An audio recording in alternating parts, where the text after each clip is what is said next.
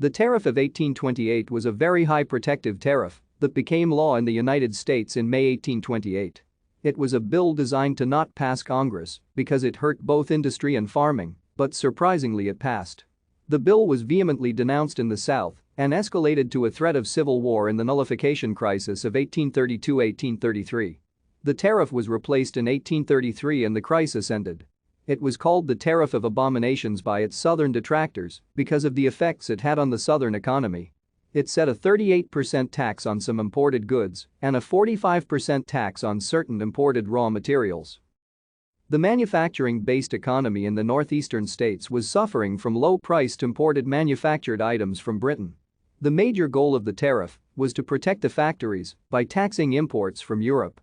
Southerners from the Cotton Belt, particularly those from South Carolina, felt they were harmed directly by having to pay more for imports from Europe. Allegedly, the South was also harmed indirectly because reducing the exportation of British goods to the US. Thank you for watching.